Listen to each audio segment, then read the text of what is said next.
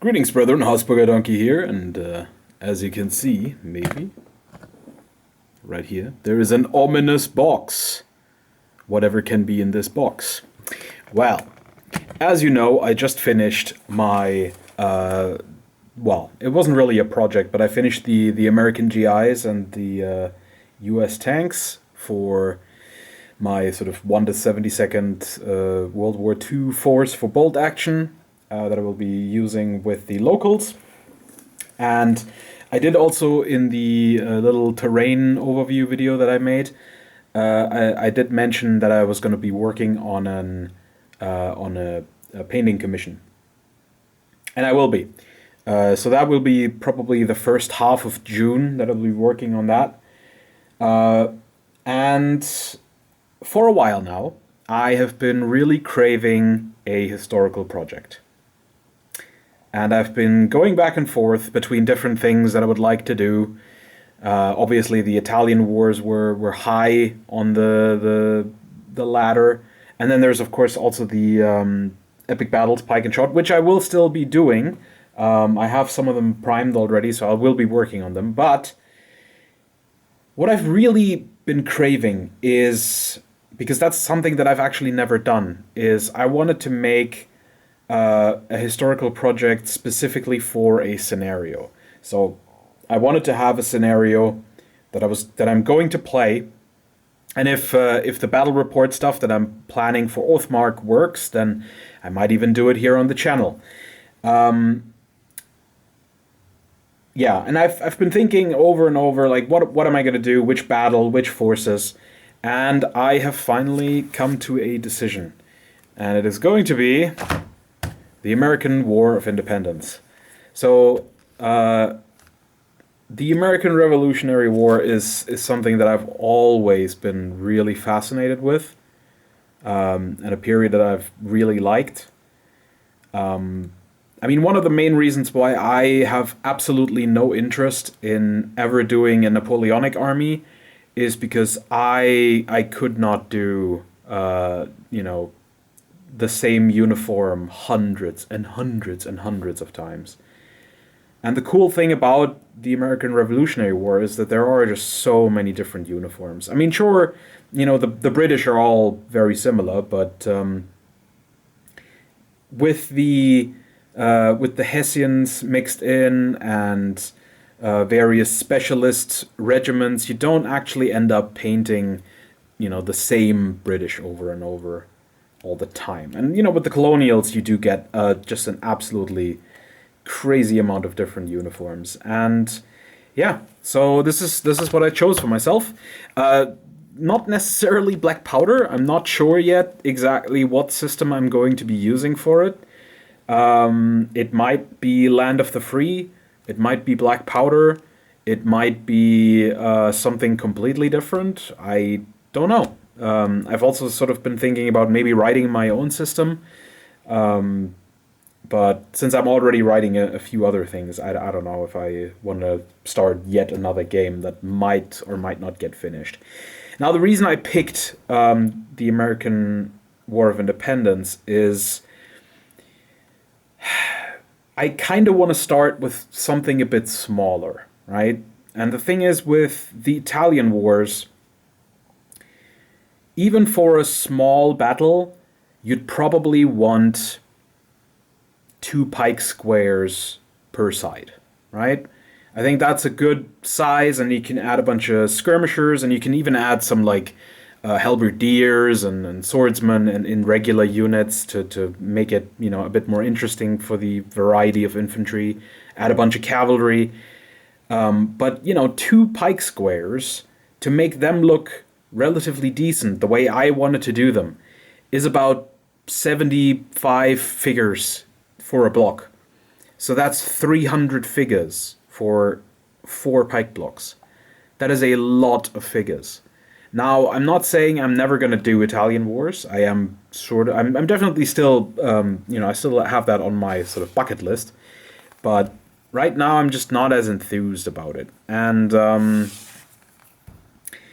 yeah, I don't know. I just kept thinking about the American War of Independence, and Then I started flipping through different books. And I started flipping through the Land of the Free book. I started flipping through this, and just to see if there's maybe a scenario that I could be playing, a battle that I could play that would sort of fit all my criteria and be small enough. Because even if you look at something like Bemis Heights, you do get there's a lot of regiments that you have to paint up for it.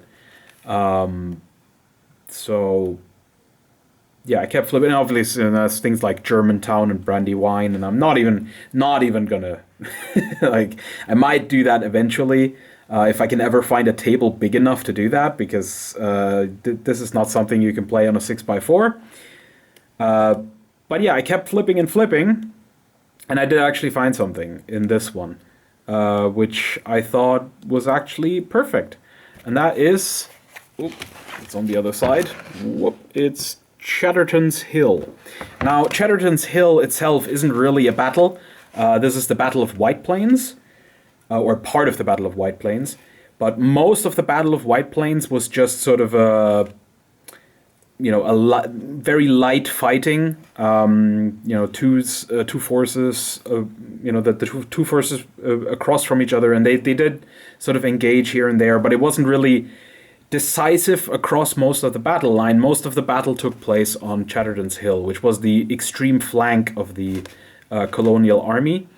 And the British saw that as a weakness, and they wanted to take that hill because it would have allowed them to bring artillery up there and basically shell Washington's camp. The Continentals tried to stop that. So the reason I chose this is because I can definitely play this on a 6x4. If you look at this, I don't entirely agree with the layout of this table. My layout is going to be a little bit different, but it is sort of this way. So you have this road crossing, it kind of should be, the road kind of should be coming from here. You have Washington's camp is somewhere up here. The line extends in this direction, and you have the Bronx River.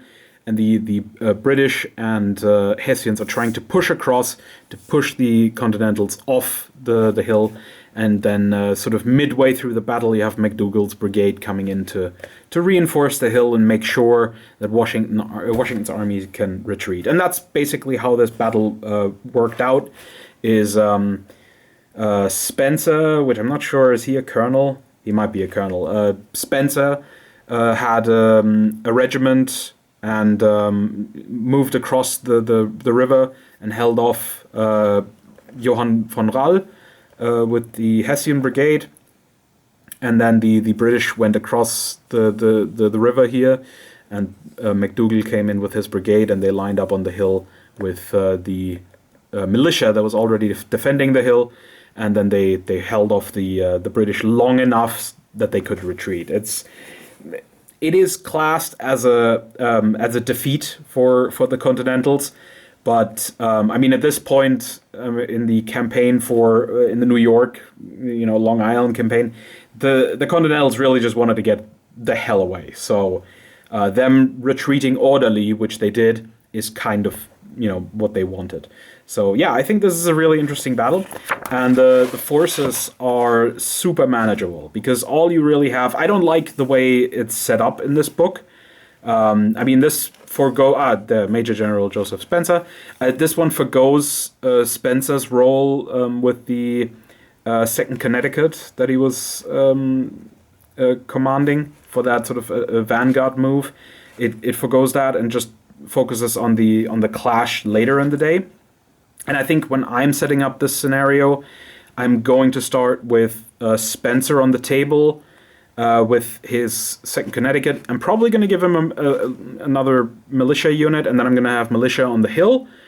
And Rall with the Hessians is going to move in first. They're going to fight, and then the British and McDougall's brigade will be the reinforcement. So there will be 3 brigades basically on the rebel side, and 4 brigades, sorta, kinda, on the British side. But yeah, very, very manageable in terms of British regulars. There's really only 4 regiments, the 5th, 28th, 35th, and 49th, which I believe is olive green, yellow? No, olive green, orange, yellow, and deep green. Those are good facing colors. Orange, I think, is going to be very interesting. Orange and red, very, very curious how I'm going to manage to make that not look crap on the figures. But yeah, that's a fun challenge in there. Then we have Ral with the Leib Regiment, the Hessians, the Grenadier Regiment Ral, which is an interesting one. I guess I should probably not go too deep on that now, but basically it's an actual regiment of grenadiers, because usually the Hessian way of ordering the troops is that the same way as the Austrians basically do in the Napoleonic conflict, where the grenadier companies from regular infantry regiments are taken out of the regiment and get put together with other grenadiers from other regiments, and they form smaller grenadier battalions. So von Donop here has, can you see that, has 3 grenadier battalions, von Block, Minningerode, and Linsingen, and these are made up of like I don't know without looking it up, but it's 3 grenadier companies each basically, and so I'm just going to have them as small small units of grenadiers. Yeah, and then we have a good mix of continentals. We have some militia, some cannons, some riflemen. It's a really nice, colorful mix of interesting uniforms as well. The 19th Continentals, I'm probably just going to do like a very generic. Then we have the 1st and 3rd New York. 1st New York is their blue coats. 3rd New York have this interesting gray and green uniform. Then Smallwoods, Maryland. I'm not sure at this point. I mean, at the very beginning of the conflict, they all wore sort of marine blue hunting shirts.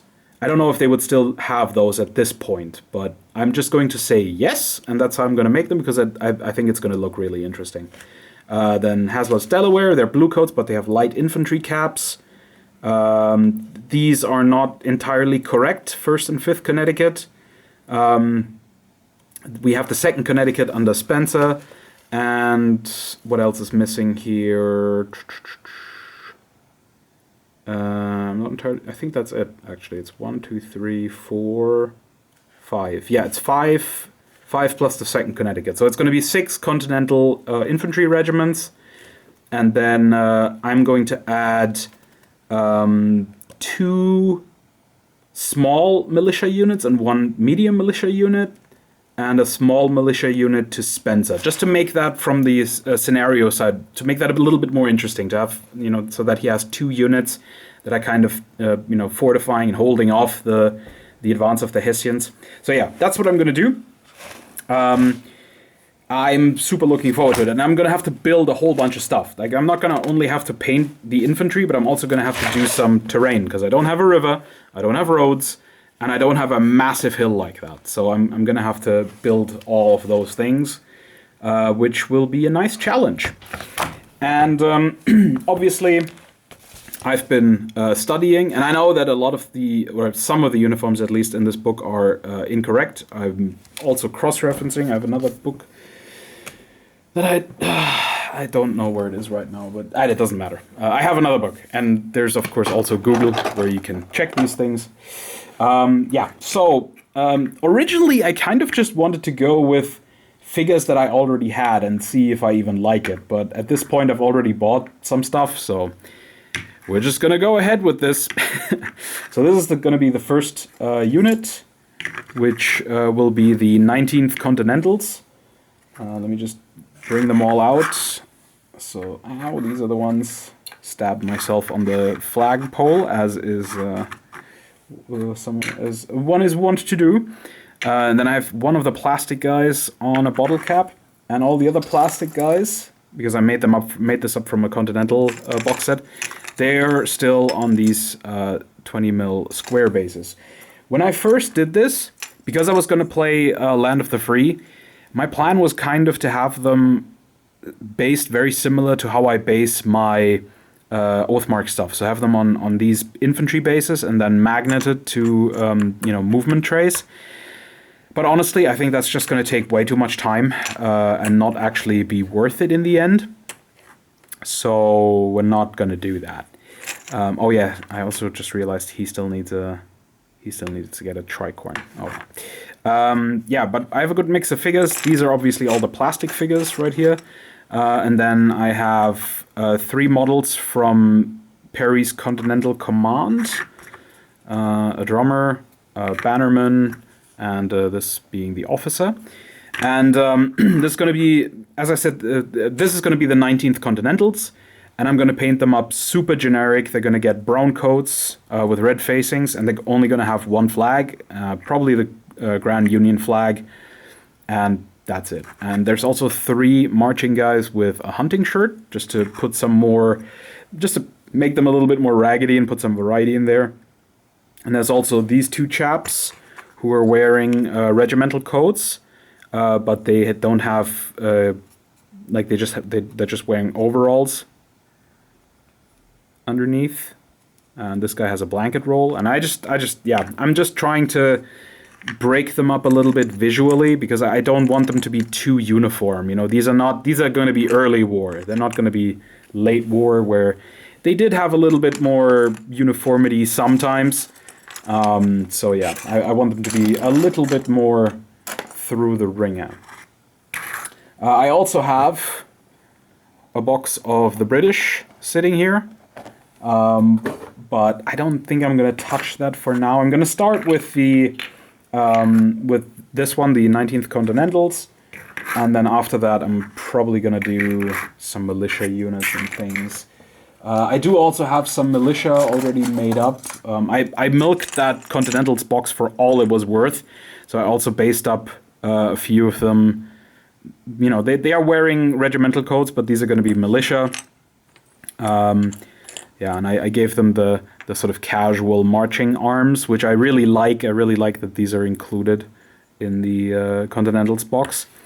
And I'm also going to do some naughty arm swapping, and I'm going to give one of the Union regiments the advancing arms from the British kit. And yes, I know the cuffs are different, but you know, if you don't tell anybody, I won't either. Right. Still gonna need to buy a few more casually marching militia from Perry's to make up these units in their entirety. And then I also wanted to show off this bunch. This is one of my... Whoa! Well, that's one of my miniatures on the ground. This is one of my militia units. And as you can see, or maybe if you are somewhat weathered in this period, you might notice these are miniatures from Wargames Factory. Basically, well, these are now sold by Warlord Games in their range, and they don't come with sockets that they stand on, so they just you just glue their feet to the bases, more like Games Workshop. And a lot of people don't like these figures, me included, by the way. However, the British infantry that from Wargames Factory, and the Continental infantry and the Hessian infantry, those are all pretty ugly, and I don't think I'm going to get any of them. But the militia, in my opinion, works. I mean, they're not amazing miniatures, but I think they are good enough.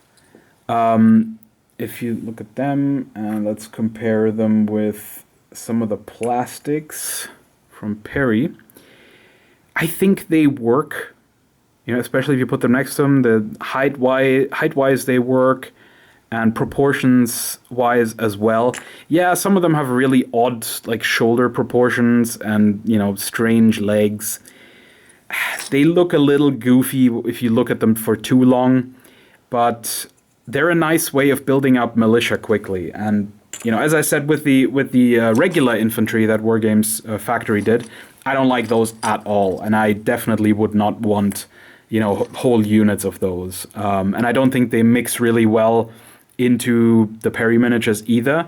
For some reason, it's just the militia that I think works fine. So I don't know how many of these I'm going to have. For now, I converted one of them to be a bannerman for the militia.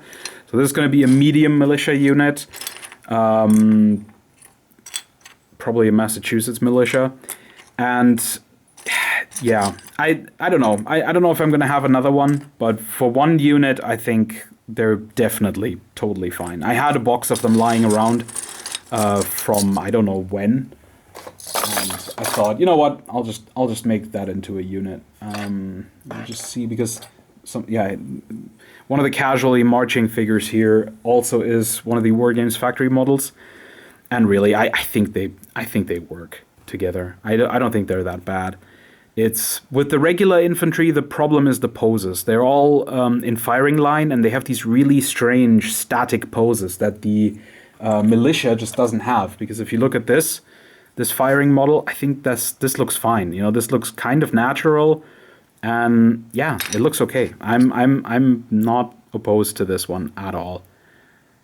And it gives me some models in civilian clothes, which is kind of important. So I also have a bunch of medals, a bunch of Perry medals. I have some left, and also you can see that I have to pay a lot of money to buy these.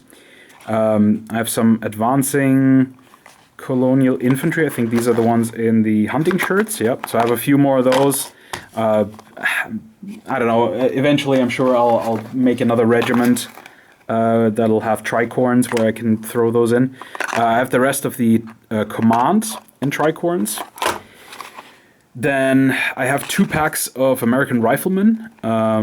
12 models total, and that'll be 2 units, 2 small units of skirmishing riflemen. For now, I don't want to have a formed unit of riflemen. I'm probably going to have one later, but yeah, for now, I'm just going to go with that. And then I have some continental commanders, and that's going to be, yeah, most of the